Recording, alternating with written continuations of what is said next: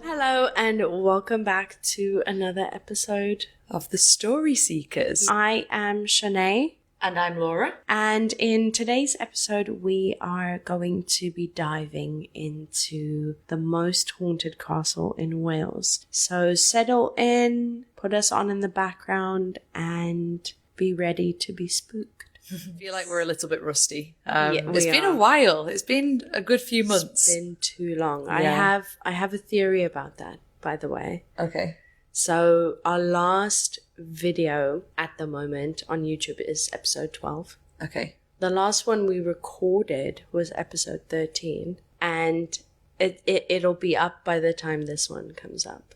But episode 13 is about unlucky number 13. Yeah, I feel like we ended it on the unlucky note there. We did. I believe we even said in the YouTube video or in the podcast episode, imagine this is our last the last episode. one. And it was. Yep.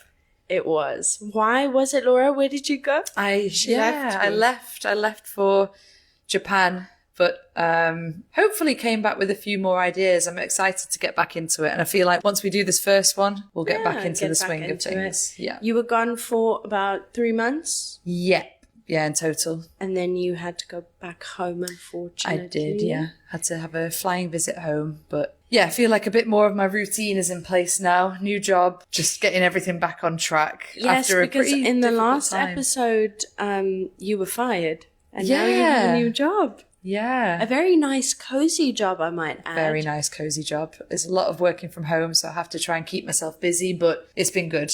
Laura's a nomad. Yeah, finally, the digital nomad I always wanted to be. But we had a pretty tough start to our time back. Yes. Obviously, the floods, and we had some bad floods in You had a worse time than November. me. I'm on floor 7, but you had definitely had a worse time. Yes. I had my house flooded, had to go and save my husband's business, which we ended up being caught in the flood with bicycles. Because the flood was down and everyone in the city thought it was going to go down, and then as the hours went on, it started coming back up again. So we had to decide, are we going to stay in town and like go and stay in a hotel, or power through home because we have animals at home? So we powered through. Any later and it wouldn't have been possible. Yeah. The water would have been too high. So we were like chest deep in flood waters. Oh, scary. I think that should definitely be a theme at one point. Natural disasters. We've both been in natural disasters at some point, so I think it would be cool to explore that. Definitely, I agree. Add it to the list because I feel like there's scary. more in the world. Yeah, and I also feel like everybody here is pretty resilient, but like when you tell people back home what happened, it's quite a big deal. Yeah. It's a pretty scary time. Yeah. Like a whole city with no lights, just sat in the dark, water going up. Even though, like I said, I'm on the 7th floor, it feels like apocalyptic. It felt like that for, a week? It did. Luckily, we have gas in our house. Like, we have a gas tank for our cooker. Mm. But a lot of people here in the apartment complex, they have electric. Yeah. So you guys, Laura didn't eat for a week. They were rationing noodles. Yeah, it felt very much like camping. I'm glad we just got back from a camp trip because I felt like, this isn't too bad. And now when I look back, I'm like, that was awful. That was pretty bad. We had a lot of protein. We had a lot of meat that was going off. So we were basically on a carnivore diet, just eating meat. But then we couldn't eat fast enough, so we had to throw a lot away. Oh, man. Laura, is there anything you've been up to this week that you want to tell me about? Just a normal week for me. It's been nice to kind of get back into this, and I feel like this new job's been creative but in a very different way, so it's nice to kind of like do a little bit of writing and think about things I've read before, because the story I'm going to tell you today, it's got a lot of inspiration from a book I've read called Rebecca, but I also don't know the history of what you're going to talk to me about, so I kind of took a lot of inspiration from that, but I'm excited to hear about the history as well. What about you? Anything new this week? Honestly, the most I really should write these down, because during the week I'm like, I want to tell Laura this. I want to tell Laura this. This is something I'm going to tell Laura. And now I sit here. No idea. Today we are going to be talking about the most haunted castle in Wales. You were saying that you've been to Wales. Yeah, Wales for me was like a family holiday in the UK destination. So my family had a caravan, a touring caravan at one point. It was very funny. Tiny little bunk beds just before my youngest brother was born, and we did a lot of caravanning in Wales, which was quite fun. But it's nice. I've had a few holidays with friends there. We've been crabbing with our friends, which is a really fun thing to do in Wales. One of my favourite places is Port Maddock, which is quite a cute little town that people go crabbing in, and there's lots. It's a very outdoorsy place. Lots of walking, lots of wholesome so food. many parks. Yeah. It's a nice place. It looks beautiful. Yeah. Looks I think really it's often nice there. overlooked because obviously people gravitate towards Scotland, but Wales, it feels a bit more like low-key. It's not as grand as Scotland, but there's a lot of historical sites there. Yeah. And it's, yeah, really, really peaceful. Shall we jump into the story? Yeah. The story I'm going to tell you today is called The Unseen. It finally clicks. There was never a place saved for me. Whatever happened here is already finished. The last sound is long gone, like it was erased when it happened. All of the lights are there, but they feel useless now, like nobody expects them to turn on. And this whole building holds a kind of quiet that doesn't feel peaceful, more like keeping something in. And me? I'm the leftover part that no one notices. I step into the unlit part of the building. My steps don't make the wood creak. The place has just kept going without me. The halls still look familiar, but they don't react to me the way they used to. All of the corners seem a little bit wrong. Doorways seem to shift by a few inches, and just enough to make me doubt myself. During the day, they let people in. That is the strangest part. There's a sign by the gate now. Ghost Tour, Historic Castle. People line up in bright coats, comfortable shoes, ready for their walks around Wales. They laugh too loudly, like they're trying to stay ahead of their own nerves. They take photos of the stained glass, the stone arches and the huge doors, and their phone screens glow. A guide leads them inside with a smooth voice, like they've said the same things 1,000 times, and it's just boring to them now. Welcome, they say. This is the Grand Hall. People report cold spots. People swear they've heard things when it's late. I stand near the group. No one can see me. Their voices pass through me like air through a curtain. They don't know I'm here. They don't know the building is not a story you can buy and just carry home. A red rope blocks a hallway I used to walk without thinking. The small sign says, staff only, where my rooms used to be. They turned what I knew into a route people will follow. The tour moves on, shoes squeak against the stone. The guide points up at all the portraits. Faces stare down with calm eyes. One painting is larger than the rest. A woman in a dark dress, hair pinned back too tightly, and a thin chain at her throat. There's no name under the frame. No one says it out loud. We all reach the opera room.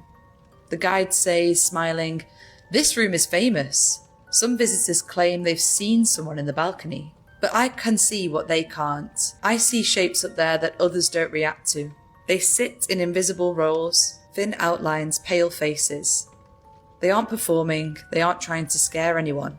They just haven't left, not fully." One of the tourists rubs her arms. "It's freezing," she says. They don't know that the cold isn't a trick. It's my presence. I notice her without looking first. The woman from the portrait appears on the grand staircase. She stands like she belongs there, more than anyone else does. Her face is calm in a way that makes my thoughts go blank. All of the tourists walk right past her and right past me. They don't notice. But she looks at me with recognition. The guide keeps talking. Some say a woman waited here for someone who never came. Some say she's still there. But she's not hoping. And she's not alone. I have forgotten it again and again. But now, I'm standing under the museum lights, in front of my very own picture, and my memory snaps into place. The one who did it is here, blending in like nothing happened. He turns his head slightly, as if he can feel my stare, and then I remember why I kept forgetting. The end. That was intense. Just going for like an others vibe. I kind of got lost in it. This, by the way, is a story written by Laura Prowse. Me. And with a lot of inspiration from Rebecca and the movie The Others. As most writers do, right? Oh, that was really good. Thank you. Really interesting. Now I want to hear a little bit about the history of this place, because I really had to stop myself from looking. I was like, I want to get inspiration for this story, but... Well, the history is very interesting. So before I jump into the history, I do have to say that it does discuss historical illness, including tuberculosis, as well as reference to child illness, death, and paranormal themes. So listener discretion is advised. Today I'm going to be talking about the most haunted castle in Wales. On the edge of Brecon Beacons, in the upper Swansea Valley and beneath the looming presence of the Black Mountain, stands Craig-Y-Nos Castle, a Victorian Gothic mansion often described as the most haunted castle in Wales. Craig-Y-Nos was built in 1841 by Captain Rhys Davies Powell in 1878. It was purchased and dramatically expanded by the world-famous opera singer Adelina Patti. Under her ownership, the mansion became one of the first private residences in Wales to have electricity. After Patti's death in 1919, the house stood empty for several years before taking on a very different role. From 1922 to 1947, it was used as a tuberculosis hospital for children. When the TB patients were moved elsewhere, the building later became a care home for the elderly,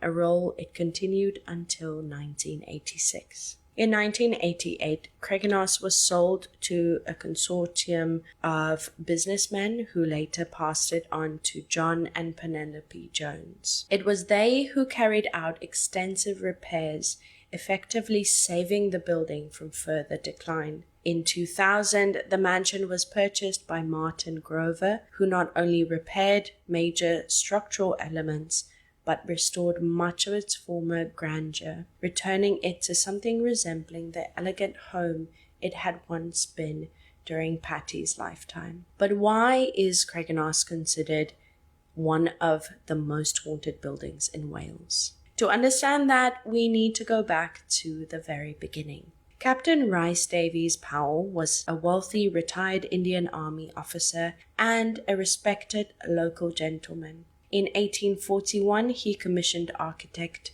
T.H. Wyatt to build a neo-Gothic castle using local limestone. However, life was not kind to the Powell family. Many believed that they were cursed. Although Powell managed to complete the main section of the mansion, financial difficulties prevented the completion of the north wing. After the family moved into their new home, tragedy followed. In 1851, Powell's younger son died of cholera. His wife and younger daughter both died before him in 1864. His eldest son was later killed in a hunting accident on the Isle of Wight. When Captain Powell died in 1862, the estate passed to his eldest daughter, Sarah, and her husband, Captain Alloway. For a time, life at Craig-Y-Nos seemed peaceful. Oh no. But the calm did not last. After Alloway's death in 1875, Sarah left the house behind and the property was sold. And yet, the tragedies did not leave with her. Because the deaths of the Powell family were only the beginning of Craig-Y-Nos Castle's long unsettling history.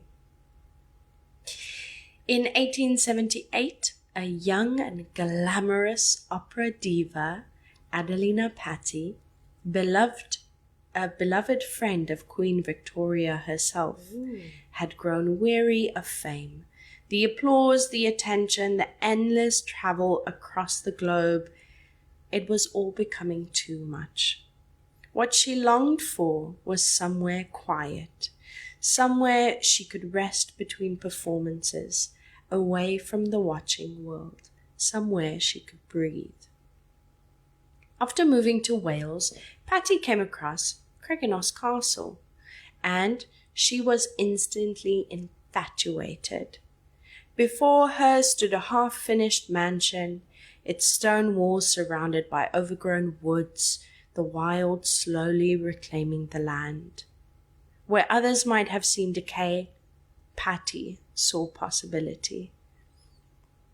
She saw beauty, she saw solitude, and she saw the beginning of what she believed would become her forever home. In 1878, Adelina Patti purchased Craig-Y-Nos Castle and set about transforming what once had been described as a plain 4-square mansion into a lavish Gothic estate worthy of an international star. Over the following decades, Patti is believed to have spent around £100,000 on renovation, a staggering sum at the time. Obviously now it would be I love that so though. much She was more. like, I just want to go somewhere for privacy, and then she's like, I want it to be ritzy. And I mean, this is in the 1800s, so this woman was making her own money. She was traveling the world, she was friend of the Queen, and she went, that's my house. Yeah, I want that castle to be I want my that, house. yeah. And she Nice. did. She made it hers. Everything she loved, she put into this house. Everything was planned and overseen by her. One of her most extraordinary additions was a private theatre designed to seat around 150 of her closest friends and aristocratic guests. Here, Patti could perform within her own home, her voice filling the room with music and grandeur. The theatre was fitted with a remarkable mechanical floor which could be lowered once a performance ended, transforming the space seamlessly into a ballroom where guests danced long into the night. So she really loved to entertain. Yeah. And the theatre is still standing. Oh, wow. And all the mechanical stuff still works. Like, it can still be lowered and... That's really cool. Yeah. She also added 2 imposing 3-story wings, extending both on the north and the south end of the house, along with a grand clock tower that dominates the skyline.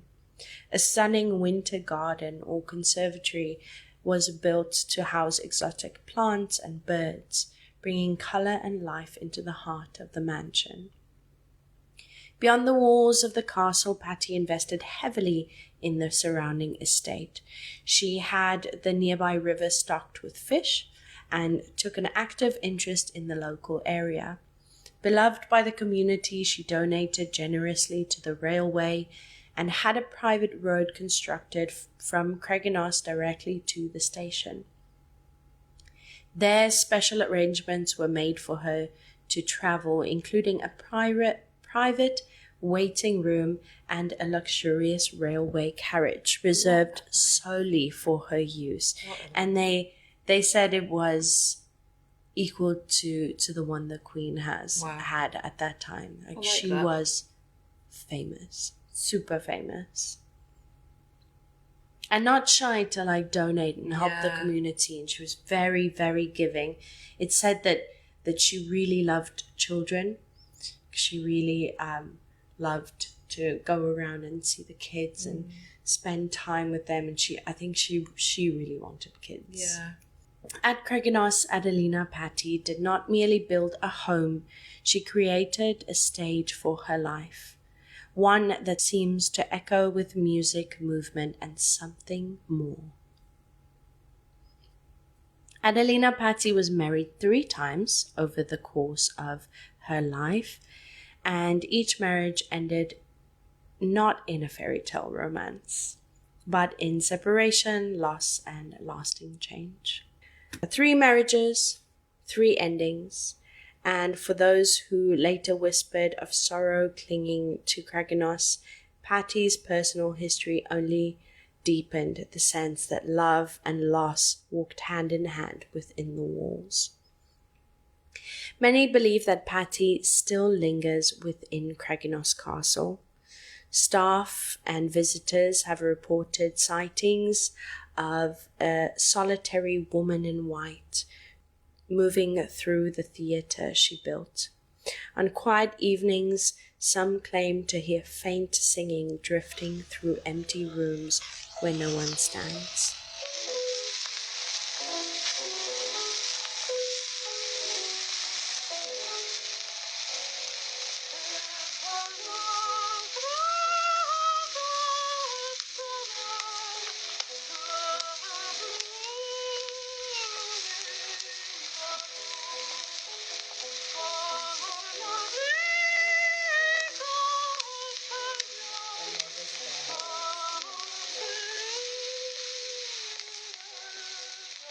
There are also accounts of male figures appearing in the corridors late at night, shadows in period clothing, glimpses briefly before disappearing, and people, especially ghost hunters, believe that they are her husbands, especially her first 2 husbands, I believe. They don't know because none of them died there, but they do believe that the love triangle that they had kind of brought their energies back to... and I mean, what a great place to haunt. I know, right? Like, that's... If you're going to be a ghost, be a ghost in a castle. Yeah, 100%. I mean, I might go find one when I die, just to be the woman in white. If I'm dying of an illness, I'm just gonna go book myself into a castle hotel just and like, I'm gonna die here. Just leave me be. I'll die here, and then I'll be 100% be always wearing white. Yeah, just messing with people. Yeah, yeah. Do my hair up in like a Victorian style. Yeah. I might even just haunt them before I die. Just walk around the castle. Whether these stories are the result of memory, suggestion, or something unexplained is impossible to say. What is certain is that Patti invested a great deal of herself in Craig-Y-Nos. She reshaped it, lived much of her private life within the walls, and returned to it again and again. And places that hold so much of a person's life often seem to hold something else as well. After Adelina Patti's death, the music faded from Craig-Y-Nos Castle, and by 1922 the castle had taken on an entirely new and far more somber purpose.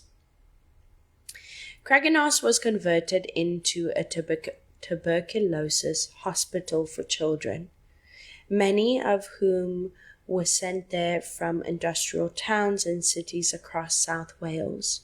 For these children, the castle was not a place of luxury or escape, but one of separation, away from family, familiarity, and home. TB was a terrifying illness at the time. There was no cure, only treatment focused on rest, isolation, and fresh air. This really reminds me of the Stanley Hotel. A couple of episodes ago we did the Stanley Hotel, and I do find it very interesting that many of these places are made from limestone and sandstone, which is apparently like some incredible conductive. Yeah, I've heard that as well. And the fact that they all had TB patients in it.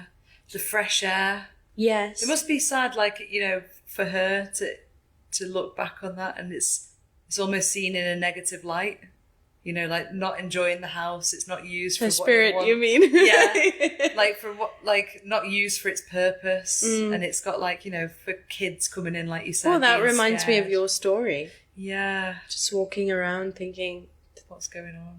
What's become? Yeah.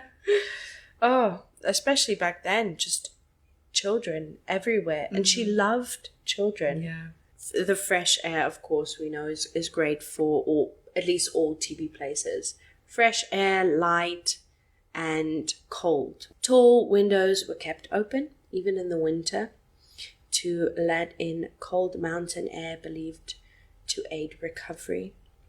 And many kids did recover. Small beds lined the rooms where chandeliers once hung. Some children stayed for months, others for years. For many, Craig-Y-Nos was the last place they would ever know. Daily life was quiet and regimented. Meals, treatments, long hours of enforced stillness. Letters from home were treasured. Visits were rare. And for the sickest children, there were moments of fear, loneliness, and confusion that no amount of care could fully ease. There was a story, this is just something I kind of picked up. There was a woman, I believe they wrote a book called, is it The Children of Craig-Y-Nos? I'm going to have to double check that, but there was a book written, and one of the patients, now a much older woman, had gone back to visit with her husband, and she was just talking about how things were there. And apparently many of the children used to see Patty. That's cool. And hear her singing. And they used to say that it was quite a calming presence. So I can imagine Patty really loved kids. Yeah. And having so many kids in her house, she might have, wanted to try and soothe them with her voice. Between 1922 and 1947, countless young lives passed through the castle. Some recovered and left, and others did not. And when the hospital finally closed, those stories did not simply vanish. Former staff and later occupants spoke of unexplained sounds, light footsteps where no one stood, doors opening on their own, and the distant echo of children's voices drifting through empty corridors. Whether memory or imagination, many believe the castle never truly forgot the children who once laid within the walls. Because Craig-Y-Nos was not just a hospital, for some it was a place of hope. When the TB patients were moved elsewhere, the building later became a care home for the elderly, a role it continued on until 1986. And then finally in 2000, the mansion was purchased by Martin Grover, who did major repairs and brought it back to life. Today, Craig-Y-Nos Castle still stands in the Upper Swansea Valley, its towers and stone walls watching quietly over the landscape, much as they have for nearly 2 centuries. The castle now operates as a hotel and event venue, welcoming guests from all around the world. Weddings are held in rooms that once echoed with opera. Visitors sleep in former wards and bedrooms, often unaware of how many lives had passed through the same spaces before them. That's creepy to think about. By day, Craig-Y-Nos can feel peaceful, almost ordinary. Sunlight fills the corridors and the surrounding countryside feels calm and open. But as night falls, the mood changes. The building settles. Sounds carry. Many guests come for the history. Some come for the atmosphere. Others come hoping to experience something they cannot explain. Staff and visitors continue to report strange occurrences, unexplained footsteps, doors opening and closing on their own, lights flickering, and the feeling of being watched when no one else is present. And that is my compressed history of Craig-Y-Nos Castle. I tried to pick out some of the most relevant ones.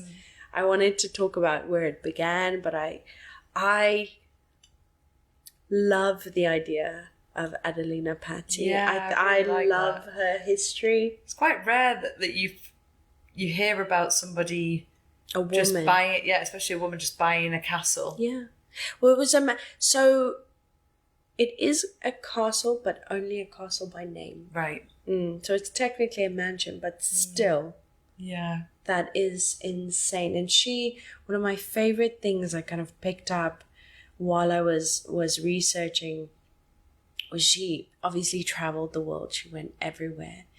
And she would go to places and find people, like skilled people, like gardeners and chefs. And she'd basically poach them, like come and work for me. Work at this tiny place in Wales. And they would. That's really cool. That's another one to add to the list of if we go to the UK, just spend a night in the TB ward. That would be really freaky, honestly. I think I'd like to see it though. Definitely. Well, apparently when they renovated it, when they restored it, they had some photos and at least information of how it used to look. So they really tried to stick to how Adelina Patti had it. Okay. The design, especially the theatre.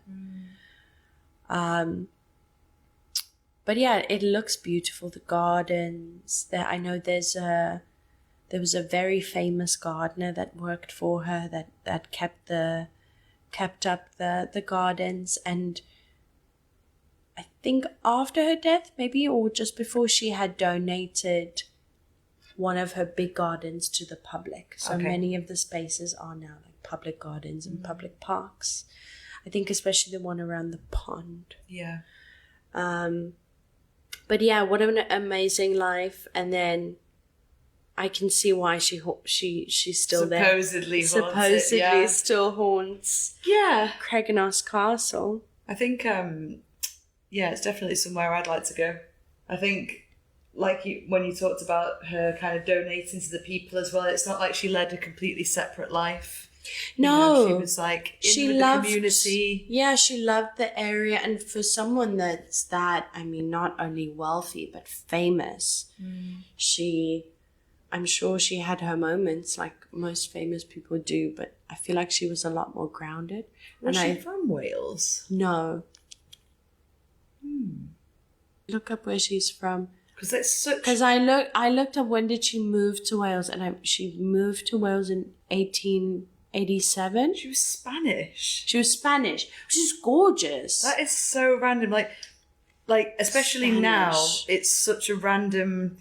Maybe not so much back then, but I feel like Wales is such a random place for somebody to be like, oh, I like this area. Like I guess she just traveled and she fell in love with Wales, and I think how the quietness, because she really wanted to escape, because I think because she was still young. She was 30-something when she moved to Wales. Yeah. What a cool life. Yeah. And I like to think of, like you said, her soothing these small kids who were sent there on not very nice circumstances. I think it would have been nice.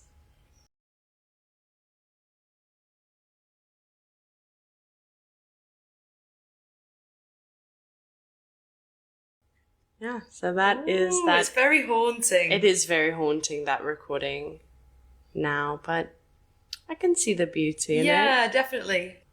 So I wanted to end today's video with some recommendation. I was talking to Laura earlier and I was saying to you that I was going through our messages and I realized how many recommendations we give each other. Books, music, TV, everything. So I thought, why not finish off each episode with a bit of a recommendation? What have you been watching? What have you been enjoying? Mine's very off topic. Okay. I've just been watching the new Game of Thrones. Oh, have the you? Night of the Seven Kingdoms. Yeah, I love it. Very off topic. In terms of books, I'm reading a new book. Maybe I shouldn't recommend this just yet, but my friend Muzzy bought it for me in the UK. It's called The Flower Girls. It's a very easy crime novel to read. I just finished The Oriental Express. Why have you been enjoying the night one? I don't know. It just feels very different to Game of Thrones. It's a bit more lighthearted.